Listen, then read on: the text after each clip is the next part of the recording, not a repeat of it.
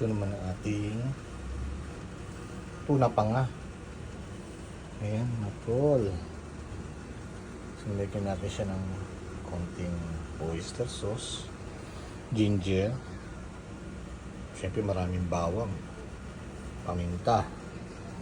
Ito ang ating paborito na oil, ang ating olive oil. Dinrizzle natin siya ng konti para hindi siya basa-basa nasusunog. Yan, ating favorite, extra virgin olive oil. Yan. So, lalagay natin yan para healthy. Sasabay natin yan para may pagkain tayo mamaya na kinukutkot. At saka itong ating bamboo shoots. Sasalang na natin. Yan. Salang natin.